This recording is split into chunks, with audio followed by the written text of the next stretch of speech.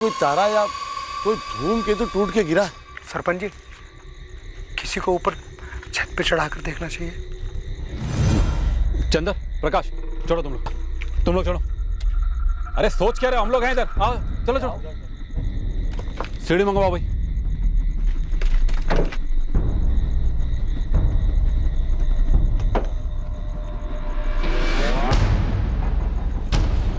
चढ़ बेटा चढ़, हम लोग हैं इधर।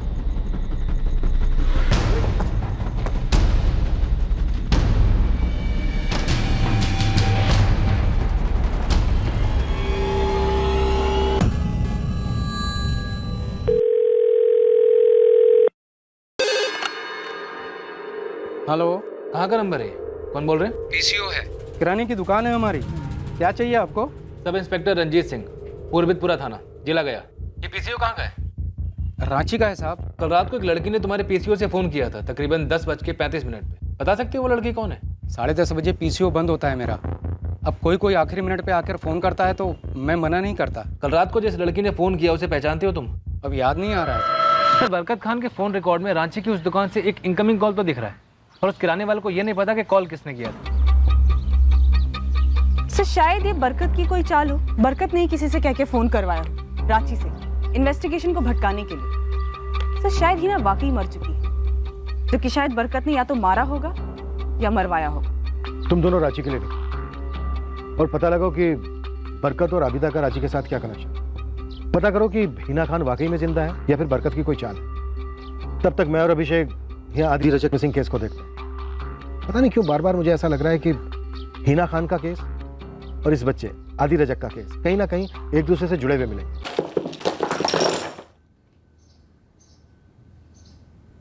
ये पत्थर टपके आसमान से? टपके नहीं साहब, बरसे। सिर्फ आप ही की छत पे बरसे? आसमान से? और किसी की नहीं? अब हम क्या बताएं सर, क्यों बरसे, कैसे बरसे। बस इतना बता सकते हैं साहब कि धड़ धड़ धड़ धड़ धड़ धड़ ऐसा आवाज हुआ था। आवाज बहुत दूर तक सुनाई दे रही थी साहब। हम तो दौड़े दौड़े घर के बाहर आ गए साहब। ऐसा लगा जैसे कोई बड़का तूफान या भूचाल आ गया हो। चंदर बाबू बेटा, पार्वती जल्दी आओ। अरे निरंजन, अरे क्या हुआ भाई? हैं? पता नहीं भजन भाई, आसमान से कुछ तो बरस रहा है। अरे निरंजन क्या हुआ भाई? सरपंच जी, संभालो। कहाँ गिर रहे हैं? उधर कहाँ गिर रहे हैं? अरे भैया पत्थर गिर रहे भाई। भैया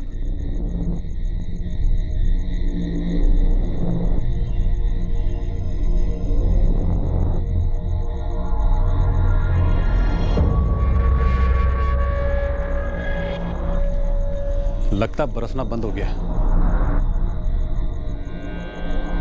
क्या करें सरपंच जी? हमारी तो कुछ समझ में नहीं आ रहा निरंजन, ये था क्या? साहब काफ़ी समय तक सबकी बोलती बंद थी। सब चुपचाप खड़े सोच रहे थे कि क्या करें। सब डरे हुए थे साहब। हाँ साहब, डर इस बात का था कहीं दोबारा से पथराव शुरू ना हो जाए।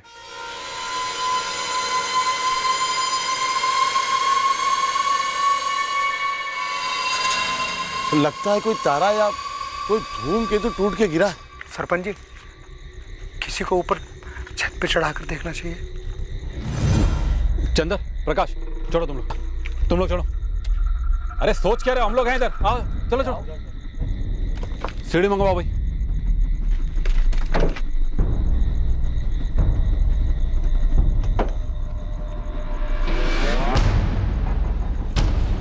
चढ़ बेटा चढ़, हम लोग हैं इधर।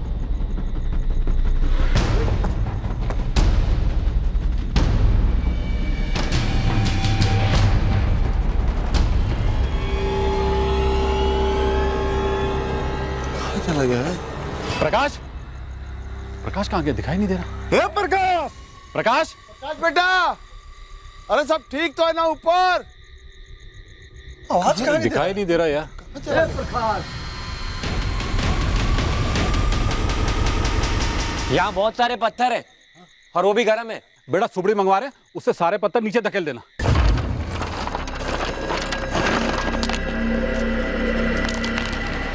साहब यही है वो आसमानी पत्थर। शुक्र है साहब छत टूटकर नीचे नहीं गिरा और आप लोगों ने इस आसमानी पथराव को उस बच्चे आदि के घर से गायब होने से जोड़ दिया। नहीं साहब, ऐसा जोड़ा तो नहीं, बस ऐसा लगा कोई प्रकोप है किसी शक्ति का। अरे क्या बताएं साहब, इतना तेज आवाज हुआ कि हमें अंदर तो सुनाई दिया। हम सब घबरा गए और फिर देखने के लिए बाहर गए कि हुआ क्या है। साहब हमारा आदि के पापा सब बाहर के कमरे में सोए थे, उर्मिला भी वहीं थी।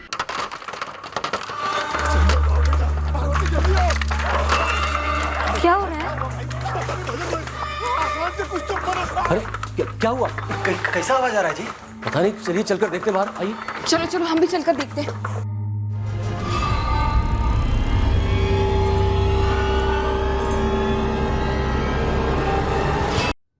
साहब हमें लगा उर्मिला आदि के साथ है, तो हम भी निकल गए बाहर देखने के लिए। साहब हमारा आदि तो घरे में सो रहा था। और साहब जब सब शोर शराबा शांत हो गया, पत्थर इकट्ठा हो गया सब, उसके बाद जब हम घर लौटे तो आदि घर पे नहीं था। हमको तो कुछ समझ में ही नहीं आ रहा है, ये हो क्या रहा है? हाँ ऐसे कैसे अचानक? आदि कहाँ गया? आदि आदि बहुत अजीब सा पत्थर था भाई, हमको तो कुछ ठीक नहीं लग रहा है। आदि कहाँ है? क्या है मतलब? ये सो रहा था, हमारे साथ थोड़ा गया था वो। यही तो सो रहा था जब हम गए थे तो। उर्मिला आदि का है। हमको नहीं मालूम, हम बाहर गए तो यहीं पर तो सोया हुआ था। आदि आदि आदि आदि, आदि बेटा, आदि आदि आदि आदि आदि बेटा, आदि, आदि, आदि आदि। हम सब जगह खोजे आदि को साहब। और हमारे पास आने के बजाय उस बाबा के पास चले गए मदद मांगने। नहीं साहब, हम आने ही वाले थे आपके पास, लेकिन साहब हम सब इतना चौंक गए थे, इतना घबरा गए थे वो आसमानी पत्थर की बारिश से कि साहब हमको कुछ सूझा ही नहीं। हमें पक्का लगने लगा था कि ये कोई भूतिया ताकत काम कर गई है। पूरी तरह फर्जी है सर, कंस्ट्रक्शन में इस्तेमाल होने वाले पत्थर हैं ये शायद किसी ने लोगों का ध्यान भटकाने के लिए फेंके होंगे और हड़बड़ाहट का फायदा उठाते हुए बच्चे का अपहरण कर लिया हो। गांव वाले जिस बाबा के पास गए थे उससे जाकर मिलो, खोद डालो पूरे गांव। कोई बहुत बड़ी साजिश लगती है सर। यह मंत्रीपुर में जैसा दिख रहा है वैसा है नहीं। एक तरफ हम 5 साल के गुमशुदा आदि रजक को खोज रहे थे, दूसरी तरफ हम उस जवान लड़की के मर्डर केस की तहकीकात में भी जुटे हुए थे और पता लगा रहे थे कि क्या हिना खान वाकई में जिंदा है या नहीं। अब हम सामना करने वाले थे इन दोनों केसेस के कुछ चौंका देने वाले सच का। क्या ये वो लड़की थी जो परसों आई थी 10:35 पर यहाँ पे फोन करने के लिए? अब उस रात यही आई थी या नहीं ये हम पक्का बोल नहीं सकते मैडम, लेकिन इतना ज़रूर कहेंगे कि ये लड़की पहले कुछ दफ़ा आई है हमारी दुकान पर।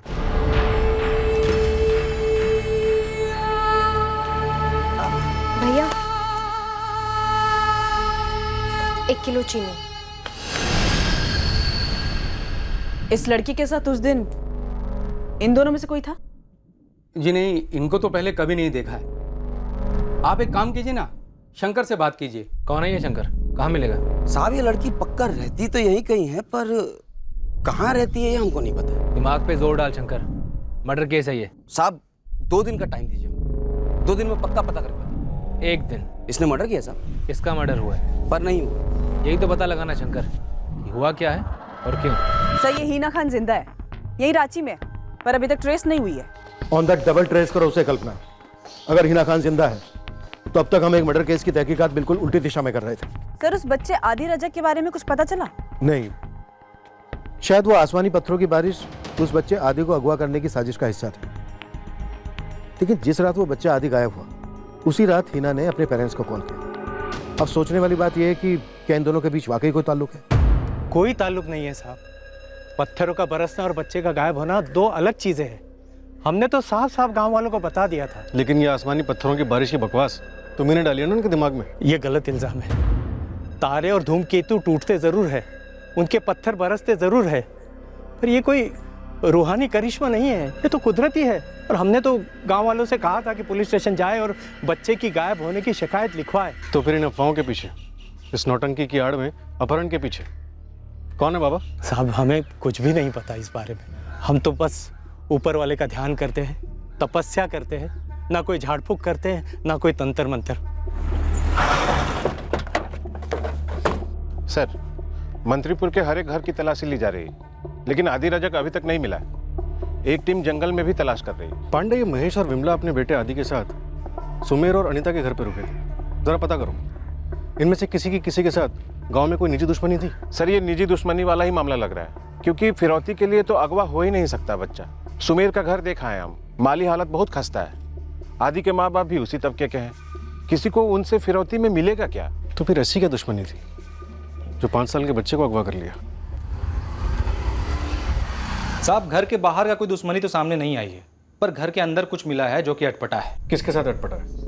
विमला के भाई सुमेर और उसकी पत्नी अनीता के साथ, या बहन उर्मिला के साथ? साहब, दोनों के साथ। ये सुमेर और उसकी बीवी अनीता का अपना कोई बच्चा नहीं है। बच्चे की काफ़ी कोशिशें की, पर अभी तक नाकाम रहे। तो इन्होंने जलन की वजह से बच्चे आदि को गायब कर दिया। हो सकता है ना साहब। उर्मिला के साथ क्या अटपटा? साहब, ये उर्मिला छुप छुप कर वरुण से मिलती है। अनीता का भाई वरुण परदेसी कुंभलगढ़ का रहने वाला है। ये आदि, महेश और विमला सब वहीं के हैं। ये वरुण उस रात मंत्रीपुर गांव में ही था? अब साहब ये तो नहीं पता, पर जिस रात आसमानी पत्थर की बारिश हुई थी, उस रात सुमेर के घर से सबसे आखिर में उर्मिला ही निकली थी। आदि के माँ बाप सुमेर, अनीता और उर्मिला, इनका कोई कनेक्शन है हिना खान के साथ? हम हर मुमकिन एंगल से खोजने की कोशिश किए हैं, मगर कहीं से भी हिना खान का नाम सामने नहीं आ रहा है। अभिषेक, सुमेर, अनीता, उर्मिला, इनको लाइन अप करो। ये आसमानी पत्थरों की बारिश ध्यान भटकाने का एक पैतरा था, ये तो पक्का है। कोई भी तारा या धूमकेतु कंस्ट्रक्शन के पत्थरों का नहीं बना होता। साहब, ये हिना खान का एड्रेस मिल गया है, किसी आशीष पांडे के साथ रहती है। एड्रेस नोट कीजिए।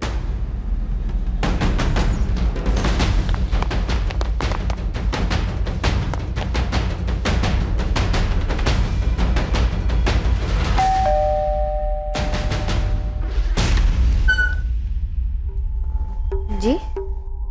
हिना खान, मुबारक हो, तुम जिंदा हो। जी? हम तो समझे नहीं। समझे तो हम भी नहीं है हिना। तुम यहाँ रांची में जिंदा हो, तो हमें वहां वो लाश किसकी मिली है? ये क्या बकवास किए जा रहे हो आप लोग? कौन हो तुम? आशीष पांडे हो ना? आशीष? ये देखो ना, ऊटपटांग बातें किए जा रहे हैं। हाँ, आप लोग कौन है? बिहार पुलिस, पूर्वितपुरा और मंत्रीपुर से। किंतु गांव का नाम तो सुना ही होगा तुम दोनों ने। पूर्वितपुरा में तुम्हारी मिसिंग कंप्लेन फाइल हुई। फिर मंत्रीपुर से एक लाश मिली और वो लाश तुम्हारी है, ऐसा तुम्हारे माँ बाप ने कंफर्म किया है। फिर केस वापस ले लिया गया और हमें बताया गया कि तुम जिंदा हो, जो कि तुम हो ही, दिख रहा है। पर एक लड़की मारी तो गई है। तो उस मर्डर के सिलसिले में हिना खान तुमसे और आशीष पांडे तुमसे कुछ जरूरी सवाल कर। जब पूरा मंत्रीपुर गांव निरंजन वर्मा के घर के बाहर जमा हुआ था, तब तुम्हारे घर कौन गया था? देखिए साहब, अगर हमको कुछ भी मालूम होता ना तो सबसे पहले हम आपको बताते आगे। हम दोनों भी तो उसी भीड़ में शामिल थे। आप हम पर शक कर रहे हैं, वो भी सिर्फ इसलिए क्योंकि हम मां नहीं बन सकते। साहब, आप ऐसा सोच भी कैसे सकते हैं कि हम आदि अपने खुद के ननद के बच्चे को नुकसान पहुंचाएंगे? बुद्धि इतनी भ्रष्ट कैसे हो सकती है साहब हमारी? इमारतें बनाने में इस्तेमाल होने वाले मामूली पत्थरों को आसमानी चमत्कारी पत्थर मान लेना और बाबा से पूछने जाना कि आदि के गायब होने के पीछे भूतिया शक्ति का प्रकोप है क्या, यही साबित करता है कि बुद्धि भ्रष्ट हो चुकी थी किसी की। आदि के साथ तुमने क्या किया सुमेर, अनीता? हम सच कह रहे हैं, हमने कुछ नहीं किया साहब। और साहब, अगर आपका इशारा किसी जादू टोना या फिर बली वली पे है ना, तो बता दीजिए हमको। अरे हम भी तो देखें कि कैसे कैसे तरीके होते हैं जिससे हम जैसी बदनसीब माँ बन पाएगी। हम भी देखें कि इंसान अपने स्वार्थ के लिए कितना गिर सकता है, और हम ये भी देख लेंगे कि आप लोग कितने घिनौने इल्जाम लगा सकते हैं उन पर जो तकदीर के हाथों पहले ही सजा काट रहे हैं। सर, आपको आपत्ति क्या है? वरुण अनीता भाभी का भाई है और हमारा दोस्त है। हम जब चाहे जितनी दफे चाहे मिले। तो उर्मिला, तुम्हारा ये दोस्त वरुण 12 अक्टूबर की रात को मंत्रीपुर में मौजूद था? नहीं, वो कुंभलगढ़ में रहता है। आसमानी पत्थरों की बारिश देखने के लिए घर में सबसे आखिर में तुम निकली थी, आदि को अकेला सोता हुआ छोड़कर। सर, हम आपको पहले भी बता चुके हैं कि हम विमला दीदी और अनीता भाभी के पीछे ही निकल गए थे, और उस वक्त आदि सोया हुआ था जमीन पर। आदि को कौन उठाकर ले गया उर्मिला? सर, हमें कैसे मालूम होगा? हम तो भीड़ में थे ना सबके साथ निरंजन जी के घर के बाहर। तुम्हारी और वरुण की ये दोस्ती घर में सबको कबूल है? दोनों परिवार वालों? दोस्ती है, चक्कर नहीं है। मिलते हैं, बात करते हैं, बस। अकेले में मिलते हो? सबकी नजरों से दूर, छुप कर। तो क्या सर, कितनी बार बताएं आपको कि दोस्त है और अकेले में मिलते हैं, छुप कर नहीं। लेकिन कुछ तो छुपाया जा रहा है उर्मिला। क्या परिवार में आपसी अनबन है? सर हम नहीं जानते क्या छुपाया जा रहा है और हमारे परिवार में कोई आपसी अनबन नहीं है। तो फिर 5 साल के आदि को कौन उठाकर ले गया उर्मिला? सर हम नहीं जानते। महेश, विमला, ये आसमानी पत्थरों की बारिश पूरी तरह से बकवास है। इतना पक्का है कि ये सबका ध्यान भटकाने की एक साजिश थी। किसकी हो सकती है साजिश? ताकि आपके बच्चे आदि को अगवा किया जा सके। एक तो हम इस गांव के नहीं हैं और दूसरे हम सिर्फ 2 दिन पहले इनके भाई सुमेर के यहाँ रहने के लिए आए हैं। और साहब हम लोग बहुत गरीब हैं, हमारे पास कुछ भी नहीं है किसी को देने के लिए आदि के बदले में। बच्चे सिर्फ पैसों के लिए ही अगवा नहीं किए जाते, आपसी रंजिश भी होती है। विमला, आपके और आपकी भाभी अनीता के बीच कैसे रिश्ते हैं? अच्छे हैं साहब, हम सब चाहते हैं अनीता भाभी को जल्द से जल्द बच्चा हो। आपके और आपकी बहन उर्मिला के बीच कोई अनबन? नहीं साहब, छोटी बहन है हमारी, हम चाहते हैं अच्छा सा लड़का देखकर उसकी शादी करवा दें। जैसे कि आपकी भाभी अनीता का भाई वरुण।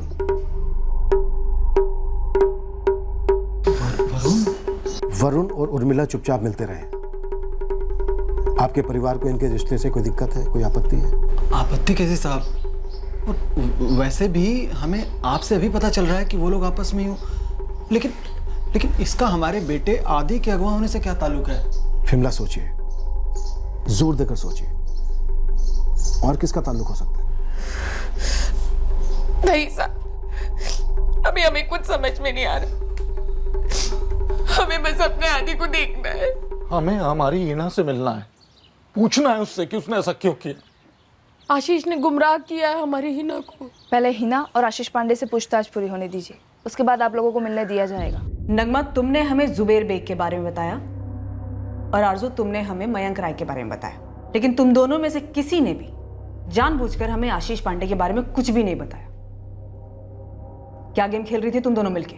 मैडम हम कोई गेम वेम नहीं खेल रहे थे, हमें इस बारे में कुछ नहीं पता था।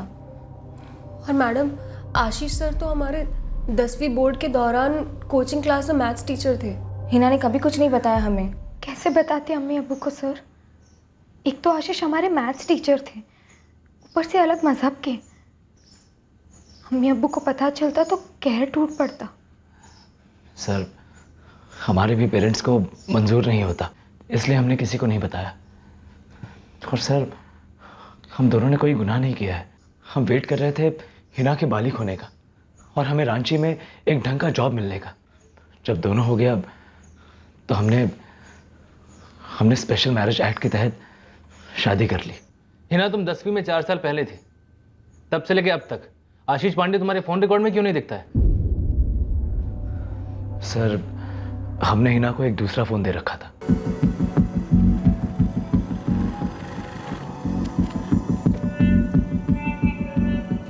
ये फोन लो, हमेशा सिर्फ इसी फोन से कॉल करना है ना। हम भी तुम्हें सिर्फ इसी नंबर पर कॉल करेंगे, सबसे छुपाकर, और फोन हमेशा साइलेंट मोड पर रखना, ओके? हमारा फिक्स टाइम होता था बात करने का। हम कभी भी किसी के पीछे या किसी के सामने जाकर बात नहीं करते थे, बस फोन पर बात करते थे। और सर हमें नहीं पता था कि हमारे घर से भाग जाने के बाद पीछे ये सब कुछ हो रखा है, मर्डर बॉडी वगैरह। सर हम रोज हिना से कहते हैं कि पब्लिक फोन से जाकर अपने अम्मी और अब्बू से बात करें, उन्हें बताया कि तुम ठीक हो। रोज सोचते कि बता दे, पर डर लगता था। फिर उस रात हमने हिम्मत कर ही दी। बस सेफ्टी को ध्यान में रखते हुए हमने पीसीओ से फोन करने के लिए कहा था। लव स्टोरी तो बड़ी दिलचस्प है तुम्हारी, लेकिन इस लव स्टोरी में एक मर्डर मिस्ट्री भी जुड़ चुकी है। मैं ये जानना चाहता हूँ कि तुम दोनों ने बलि का बकरा किसे बनाया? प्लान क्या था तुम दोनों का? यही तो प्लान था ना, किसी लड़की को मार दो, उसका चेहरा बिगाड़ दो और फिर बोलो कि ये हिना है। हमें किसी प्लान वैन के बारे में नहीं मालूम, और अगर प्लान बनाया भी होगा आशीष सर ने और हिना ने, तो वो हमको क्यों बताने लगे? 4 साल से अफेयर चल रहा था उसका आशीष सर के साथ, लेकिन एक हिंट तक नहीं दी, कभी पकड़ी नहीं गई। तो आपको लगता है कि वो हमें मर्डर का प्लान बताएगी? सर हम मैथ्स में पोस्ट ग्रेजुएट हैं, पिछले 2 सालों से एक डिसेंट जॉब कर रहे हैं रांची में, आज तक एक सिग्नल भी नहीं तोड़ा है हमने। किसी का खून क्या करेंगे? सवाल मैंने तुमसे पूछा था हिना, कौन लड़की थी वो इसके मौत के जरिए तुम एक नई जिंदगी की शुरुआत करने निकली थी? क्या प्लान था तुम्हारा? किसी को मारने वारने का प्लान नहीं था सर। प्लान सिर्फ इतना था कि 7 सितंबर हम रोज की तरह कॉलेज के लिए निकलेंगे, पर हाईवे की तरफ जाएंगे जहां आशीष हमारे लिए वेट कर रहा होगा, जो वो कर रहा था। और हम दोनों निकले रांची के लिए। और उसके बाद तुम आशीष 2 दिन बाद मंत्रीपुर गए और लाश को खेत की मेड़ के नीचे दफनाकर निकल लिए। प्लीज सर प्लीज, हम मंत्रीपुर कभी गए ही नहीं। सिर्फ 7 तारीख को पुरबितपुरा हाईवे पर गए थे, उसके बाद यहाँ कभी वापस लौटे ही नहीं। और सर, आप ऐसा सोच भी कैसे सकते हैं कि हम किसी का खून करेंगे और उस लाश को दफना कर चले जाएंगे? सर, सर्च टीम ने गांव के बाहर की झुग्गियां भी छानी और जंगल का इलाका भी। हाईवे से जो लगी हुई दुकानें हैं वो सब। किसी ने भी 12 अक्टूबर की रात में या 13 की सुबह गांव के किसी भी बच्चे को बाहर ले जाते किसी ने नहीं देखा।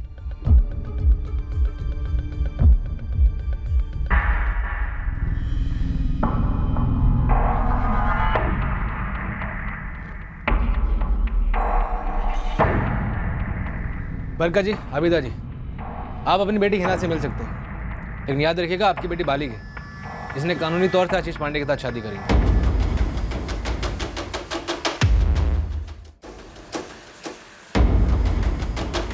जाहिर है डीएनए रिपोर्ट मैच नहीं हो रही है। सर शायद यहाँ पे कुछ बहुत ही गंदा गेम खेला जा रहा है। ये कपल आशीष और हिना, सर शायद इन्हें बराबर खबर मिलती रही होगी कि हम क्या तहकीकात कर रहे हैं। और सर जैसे ही इन दोनों को पता चला कि लाश के साथ मैच करने के लिए हमने हिना के पेरेंट्स के डीएनए सैंपल्स भेजे हैं, हिना ने खुद फोन किया और सामने आ गई। और इस मारी गई लड़की की भी कोई मिसिंग कंप्लेन नहीं मिली है। हो सकता है ये मारी गई लड़की हमारे डिस्ट्रिक्ट गया बिहार से ना हो, out of state Ranchi Jharkhand से हो। आशीष ने वहीं से सारी साजिश रची हो। सर मैं रांची की पुलिस को एक्टिवेट करती हूँ।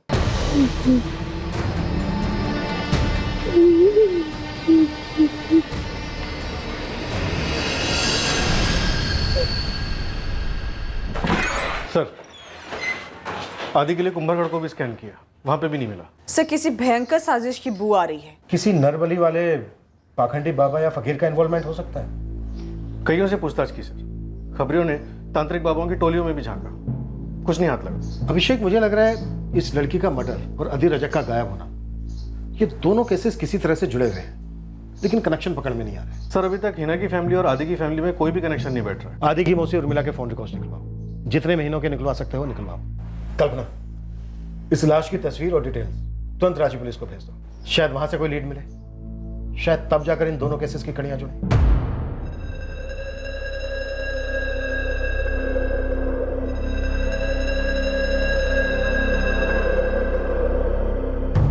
उर्मिला, सच सच बोल,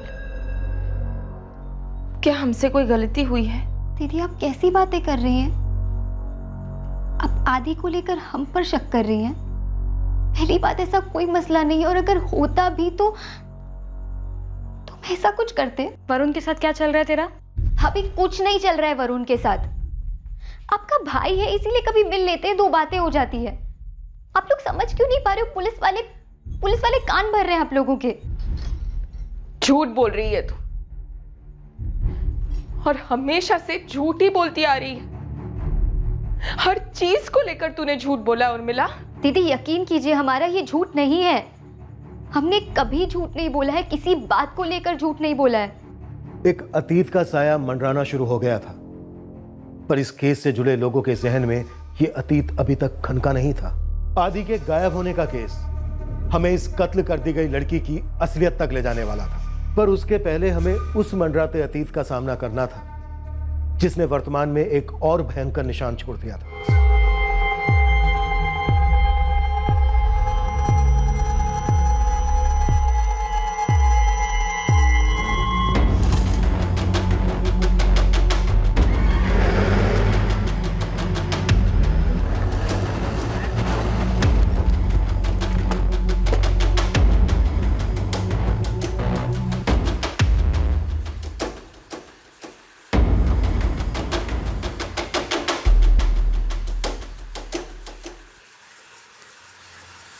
मैडम, पता नहीं कौन वैसी अपने पापों का कब्रिस्तान हमारे खेत में बना रहा है।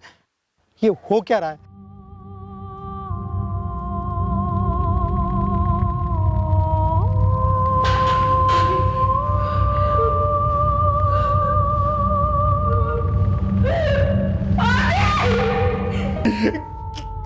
किसने किया है? क्यों? ये हम बहुत जल्दी पता लगाएंगे महेश। अभी हमें सिर्फ इतना मालूम है कि जिस रात आदि को अगवा किया गया उसी रात इसका कत्ल कर दिया गया था गला घोटकर। साहब, एक बात हमको समझ में नहीं आ रही। 5 साल का छोटा सा बच्चा है, इसके साथ भला किसी की क्या दुश्मनी हो सकती?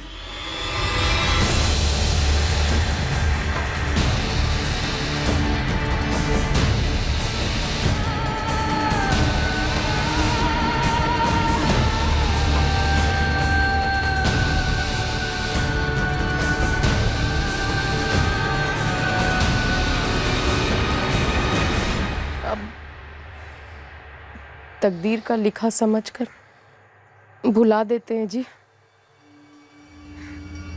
बिरादरी में सबके सामने हमारी गर्दन झुका दी, ये भुला दें।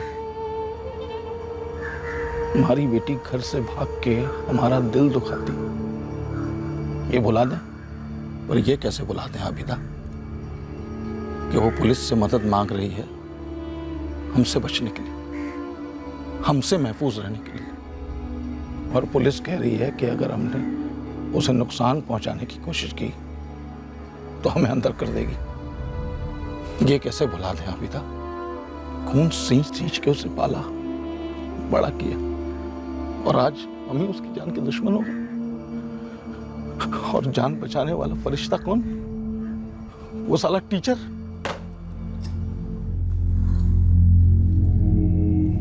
आशीष, एक बात पूछूं? सच बताओ आशीष, कहीं तुम तो ऐसा मत सोचो। क्या तुम्हें लगता है कि हम इतना गिर सकते हैं? तुम हम पर शक कर रही हो ना कि हमने उस लड़की को मारा है। तुम हमें बिल्कुल भी नहीं जानती क्या? आशीष, पुलिस हमें प्रोटेक्शन तो दे रही है, लेकिन हम पर शक भी तो कर रही है ना। तो क्या तुम भी हम पर शक करोगी? क्या तुम्हारे सामने भी हमें दलील करनी पड़ेगी कि हम नहीं जानते कि उस लड़की को किसने मारा है?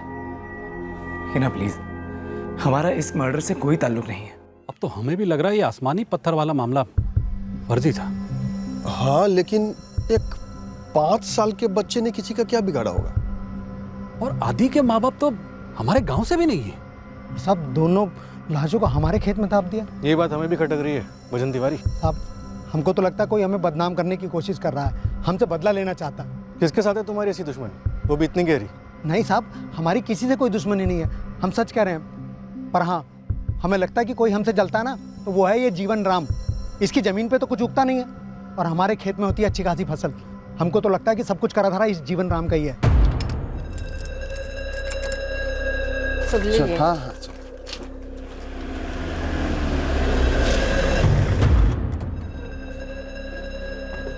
एक और लाश, वो भी बच्चे की जीवन राम। और अब तुम कांप रहे हो? फिर बोलोगे कि डर के मारे तुम्हारा कलेजा बैठा जा रहा है। क्यों डर रहे हो तुम इतना जीवन राम? तुम्हारे मन में कोई चोर तो नहीं है? ना ना मैडम जी ना, वो जिस बेकार जमीन के लिए हमारी जिंदगी में पहले से इतना दुख, उसी जमीन के लिए आप हम पे शक कर रही हैं। तुम्हारी जमीन के पास मेड़ के नीचे 2-2 बार लाशें गाड़ी जाती हैं। तुम्हें शक किस पे करूं? भजन राम का नाम तो तुम लेना मत, उसके अलावा कोई नाम लो। कौन है जीवन? हम किसका नाम ले सकते हैं मैडम जी? तुम्हारा बेटा प्रकाश, वो कहाँ है? वो तो बाहर है, अब बोकारो में काम करता है। हुए सारे जुर्मों की जड़ दरअसल हमारे सामने थी, और उसी दिन से थी जब हमें लड़की की लाश मिली थी। पर अब हमें उस जड़ की भनक लग गई थी। हमें अब इस आसमानी पत्थरों की बारिश कराने के पीछे का मकसद भी पता चलने वाला था। हमें अब इन दोनों मर्डर्स को जोड़ने वाली कड़ी भी हाथ लगने वाली थी। मंत्रीपुर थाने से हमें हिना खान और आशीष पांडे के बारे में इंफॉर्मेशन निकालने के लिए कहा गया था। यहाँ रांची में तो हिना और आशीष के खिलाफ कुछ नहीं मिला, लेकिन कुछ और मिला है हमें। ये जो 14 सितंबर को लड़की की लाश मिली है मंत्रीपुर से, मुझे लगता है कि हिना को नया जन्म देने के लिए इस लड़की को मार दिया गया। अब इसके बारे में तो मुझे पता नहीं रंजीत, लेकिन मंत्रीपुर से जो लड़की की लाश मिली है, इसकी डिटेल्स बोकारो से मिली एक मिसिंग लड़की की कंप्लेंट से मैच कर रही है।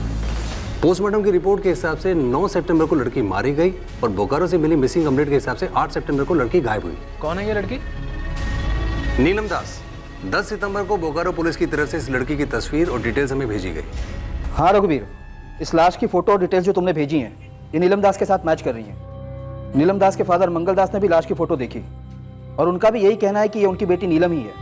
हालांकि लाश का चेहरा बिगाड़ा गया है, लेकिन लड़की के पिता ने कपड़ों से पहचान कर ली। उनका कहना है कि जब नीलम आखिरी बार घर से निकली थी तो उसने यही कपड़े पहने थे।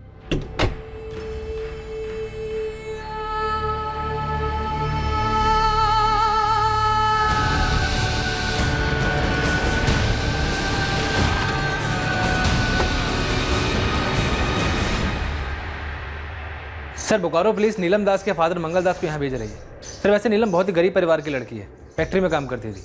उसके पास खुद का सेल फोन भी नहीं था, इसलिए ढूंढना काफ़ी मुश्किल हो रहा था। क्या हिना खान और आशीष पांडे ने बोकारो की इस नीलम दास को अपना टारगेट किया? क्या वो उसे बोकारो से यहाँ मंत्रीपुर लेकर आए? सिंह, बोकारो पुलिस को नीलम दास का कोई कनेक्शन मिला था हिना या आशीष के साथ या मंत्रीपुर के साथ? नहीं सर, किसी के साथ भी कोई कनेक्शन नहीं मिला। सर, उर्मिला के फ़ोन रिकॉर्ड्स, वरुण से तो इसकी बातें होती थी, कोई सरप्राइज नहीं। लेकिन एक और नंबर है जो बार बार फीचर हो रहा है। पिछले 5 महीने पहले तक इस नंबर पे उर्मिला की लगातार बातें होती थी। और कौन है ये? प्रकाश भुइया, जीवन राम भुइया का बेटा। सही, प्रकाश भुइया बोकारो में है, मजदूरी करता है। और नीलम दास भी बोकारो से थी। अभिषेक, उठाओ प्रकाश को और उर्मिला को। जी जानते हैं प्रकाश को। उर्मिला, तुम्हारे फोन रिकॉर्ड्स कहते हैं कि कुछ ज़्यादा ही अच्छी दोस्ती थी तुम दोनों के बीच, लेकिन पिछले 5 महीने से कुछ अनबन सी चल रही है, बातें नहीं हो रही हैं तुम दोनों की। हाँ तो सर, दोस्त थे ना हम, दोस्तों में ऊंच नीच होती रहती है। उर्मिला, ये दोस्ती का खेल बहुत खेल लिया तुमने। सर हमें समझ नहीं आ रहा है, हर दोस्ती को चक्कर में बदलने पर क्यों तुले हैं? लड़का लड़की दोस्त नहीं हो सकते क्या?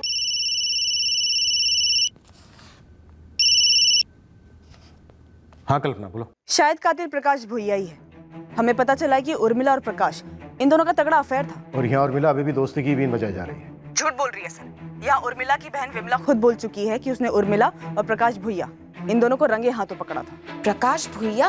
विमला जी, मंत्रीपुर के ही जीवन राम भुइया का बेटा है ये। और हमें शक है कि इस सब में उसी का हाथ है। लेकिन प्रकाश का तो उर्मिला के साथ सब कुछ खत्म हो गया था मैडम। मतलब कुछ था?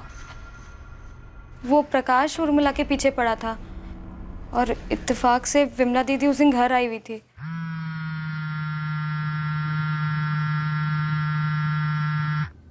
उर्मिला, उर्मिला, तेरा फोन बज रहा है। हेलो, सुनो ना जानू, बड़ा मन हो रहा है आज, मिले क्या? और खाली हाथ नहीं, तुम्हारे लिए कुछ लाए भी हैं। कौन बोल रहा है? प्रकाश। कौन प्रकाश? प्रकाश भुइया। आप कौन बोल रहे हैं? हम उर्मिला की बहन विमला बोल रहे हैं। जानू, हमको तुमसे मिलने का बहुत मन कर रहा है। जैसी बेहुदा बातें कर रहा था वो प्रकाश। नहीं दीदी, ऐसा कुछ भी नहीं, वो बस हमारा दोस्त है। मजाक में ऐसा कुछ भी बोलता रहता है। चुप, एकदम चुप। कल पैदा नहीं हुए थे हम जो हमको बेवकूफ बना रही हो। प्रकाश भुइया, भुइया है वो, दूसरी जात का, और उसके साथ गुलछर्रे उड़ाते तुमको शर्म नहीं आती है? हाँ सर, चक्कर था हमारा प्रकाश के साथ, पसंद करते थे उसे, पर विमला दीदी के बदौलत पकड़े गए। और सर यकीन मानिए, हमने रिश्ता तोड़ दिया था उससे, पर वो प्रकाश समझ ही नहीं रहा था, पीछे पड़ा था हमारे। प्रकाश चक्कर चलाना चाहता था और हम खत्म करना चाहते थे। प्रकाश ने कभी कोई धमकी दी थी तुम्हें? कभी मिला था आमने सामने आकर? 1-2 बार ही मिले थे उसके बाद, पर उसने ऐसा कभी कुछ नहीं कहा। सर अगर वो आदि को लेकर ऐसा कुछ कहता तो हम सबसे पहले जाके अपने घर वालों को बताते, आपको बताते। हम नहीं जानते थे वो ऐसा सिरपिरा निकलेगा।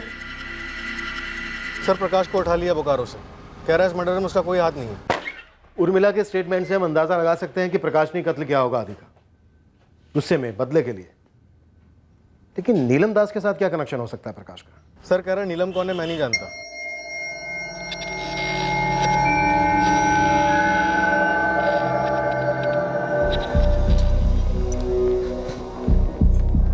हमें क्या मालूम था कि तुम अपना फोन विमला दीदी को दे बैठोगे? तुम्हें पता भी है कितनी मार खाए हम तुम्हारी वजह से? यहाँ पर ऐसे किसी ने देख लिया ना तो इस बार जान से जाएंगे। तो कह रहे हैं हो गई गलती। ऐसे कौन बात करता है फोन पर? अरे हमको नहीं मालूम था कि तुम नहीं हो फोन पे। कह रहे हैं गलती हो गई तो अब हो गई ना गलती, तो अब भुगतो।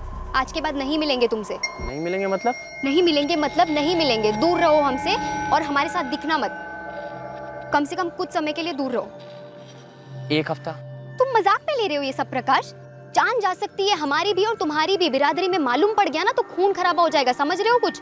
देखो तुम कम से कम कुछ महीनों के लिए यहाँ से चले जाओ। चले जाएंगे, कुछ महीनों के लिए हम चले जाएंगे, लेकिन पहले बता दे रहे फोन पे बात करेंगे। तुम बिल्कुल ही पगला गए हो प्रकाश, मतलब फोन की वजह से सारा कांड हुआ है ना। अच्छा सुनो, हम चले जाएंगे कुछ महीनों के लिए, लेकिन जब हम वापस आएंगे तो सब पहले जैसा रहेगा। मतलब हम मिलेंगे, देखो तुम आओगे तब का तब देखेंगे, फिलहाल हम कुछ कह नहीं सकते, हमें जाना है। अरे पर हमारे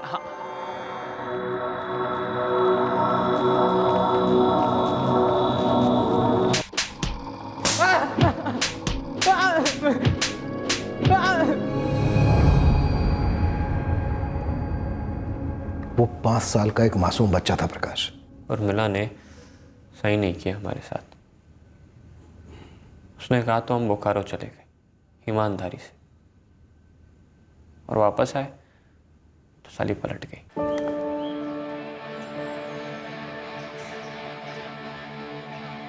मिला पूरे 3 महीने नहीं मिले तुमसे, 3 महीने, और जैसा हम कहे थे एक भी फोन नहीं किया। वो सब ठीक है, मगर अब इससे आगे हम दोनों के बीच और कुछ नहीं हो सकता, समझे?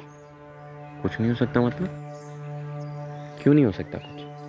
देखो पहले तो ना ये सब करना छोड़ दो तुम, क्योंकि हमारे घर में जो गुस्से और शक का माहौल है ना, वो अभी भी बना हुआ है तुम्हारी वजह से। दोबारा किसी ने देख लिया ना तुम्हारे साथ तो मारे जाएंगे हम, और मरना नहीं चाहते इतना जल्दी, इसीलिए बता रहे सब खत्म। ऐसे कैसे सब खत्म? ऐसे कैसे सब खत्म? मतलब जब चाहो पास बुला लो, जब चाहो दूर भेज दो। हैं सुनो, हमको ना गोल गप्पे खाने बराबर मत समझो कि भैया सूखी पूरी दे दो और निकल लो।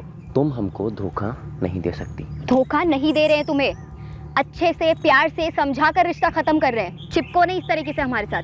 कितनी बार बताएं, नहीं है हमारे दिल में तुम्हारे लिए अब कुछ, क्यों खराब कर रहे हो हमारी जिंदगी? एक बात अपने दिमाग में बिठा लो कि ये ना हमारा लव है, और हमारी जिंदगी में जो जैसा था वैसा ही रहे। तुम हमारी जिंदगी में थी, हो और रहोगी। फिर तुम रहोगे पुलिस थाने में, क्योंकि हम तो शिकायत कर देंगे। बाद में बोलना नहीं कि हमने बताया नहीं था। तातून की तरह चबाकर फेंक दी। पहले खूब इस्तेमाल किया, देर सवेर दिन रात काम के बीच में जब बुलाती हम पहुंच जाते प्यार करने। और उसकी बहन के साथ हमने कोई ऐसी खास बदतमीजी नहीं की थी। चाहती तो मना लेती, हमारे साथ भाग जाती, लेकिन उसको तो ये बहाना बनाकर हमें धोखा देना था।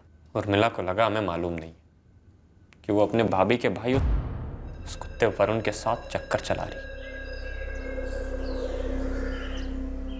जहाँ हम और उर्मिला मिलते थे, प्यार करते थे, उस वरुण से भी वो वहीं मिलती थी।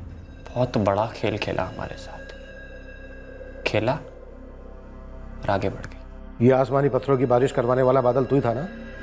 जी।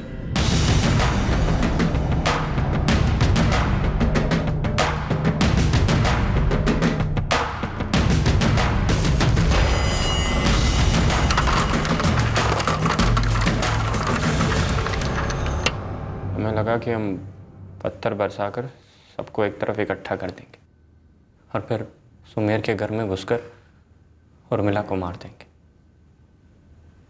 हमें ये नहीं पता था कि उस घर में हमें सिर्फ सोया हुआ आदि मिलेगा।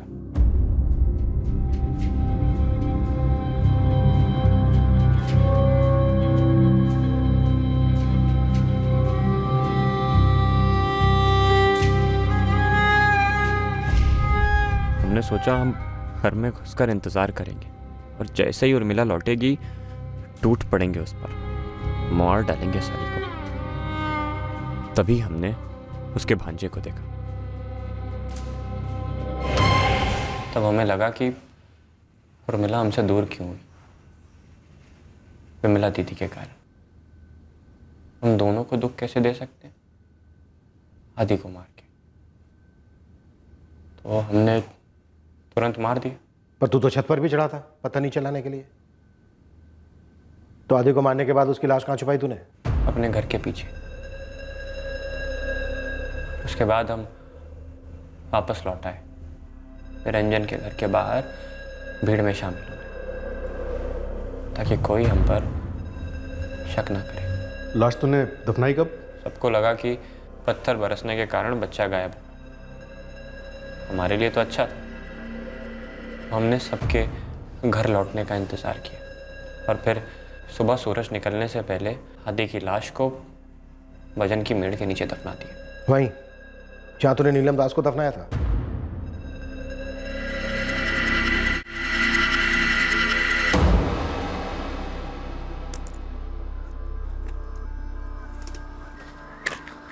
प्रकाश, तुम बाबा से हमारा हाथ कब मांग रहे हो? अरे यार पहले हम अपने बाबा से बात कर ले। प्रकाश, तुम 2 महीने से अपने बाबा से बात करने की बात कर रहे हो। लेकिन बात नहीं कर रहे हो। देखो ऐसा तुम हमारा दिमाग खराब मत करो। तुम एक काम करो, ये बच्चा गिरा दो। ये तो हम बिल्कुल भी नहीं करेंगे। शादी तो तुम्हें हमसे करनी ही पड़ेगी। अरे नहीं करनी यार तुमसे शादी वादी, समझ में नहीं आ रहा तुम्हें?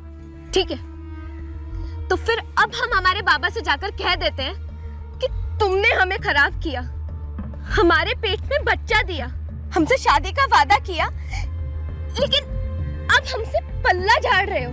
हमारे बाबा ना हमारी हड्डियां तोड़ेंगे, लेकिन तुम्हें वो जान से मार देंगे। बोकारो में काम करते मिल गई थी नीलम, 2-4 बार साथ सो क्या लिए, पेट से क्या हो गई, गले ही पड़ गई। नीलम पेट से थी? यही कह के तो हमको बार बार धमका रही थी। और 9 तारीख को तो उसे यहाँ मंत्रीपुर ले आया। हमने उससे कहा था कि अपने साथ कुछ सामान मत लाना।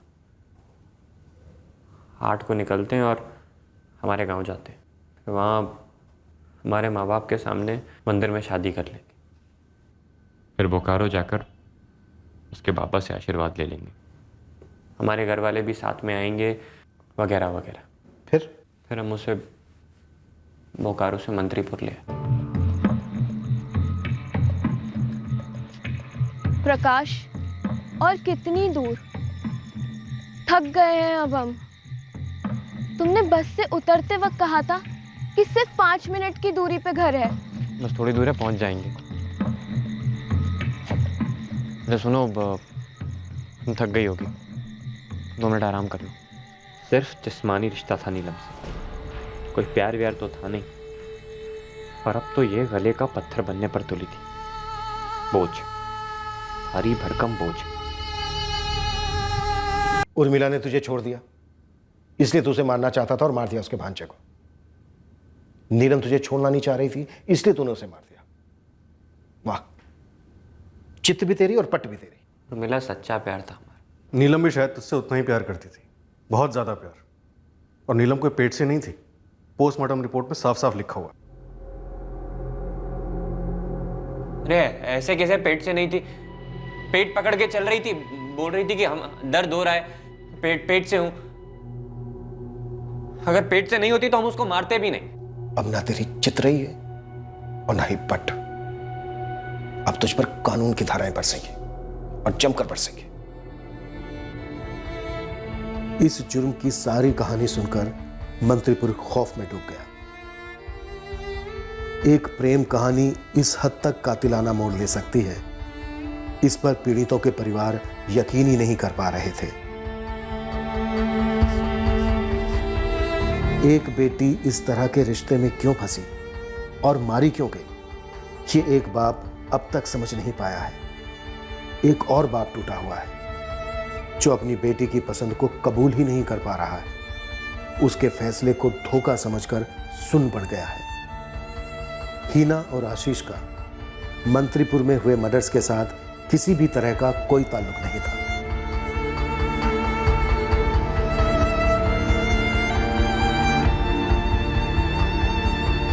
नीलम दास का डीएनए जो बचा कर रखा गया था, उसे उसके पिता मंगल दास के डीएनए से मैचिंग के लिए भेज दिया गया है। नीलम दास की अस्थियों को खोद कर निकाला गया और उसके पिता के हवाले कर दिया गया अंतिम संस्कार के लिए। हम इस बात को नकार नहीं सकते कि नीलम दास मर्डर केस में हमारा तीर काफी गलत लगा था, क्योंकि हम निशाना हिना खान मिसिंग केस पर साधे बैठे थे। हम इस बात को भी नहीं नकार सकते कि अगर हमने नीलम दास मर्डर केस टाइम पर हल कर लिया होता तो प्रकाश भुइया हमारी हिरासत में होता और मासूम आदि रजक को अपनी जान नहीं गंवानी पड़ती। धोखा होना, छोड़ दिया जाना, प्यार में बेवफाई, ये सारे मूल रूप से जज्बात हैं। इन जज्बाती घावों को बस थोड़ा वक्त देना होता है भरने के लिए, और इन्हें जज्बाती लेवल पर ही रखना होता है। उन जख्मों पर नमक मिर्च नींबू रगड़ने से वो जख्म नासूर बनकर तबाही बरसाते हैं। उन पर भी जो जख्मी हैं और उन पर भी जिनके प्रति वो भावनाएं महसूस की जाती हैं। फिर मिलेंगे अगले हफ्ते एक नए केस के साथ क्राइम पेट्रोल सतर्क में। जय हिंद।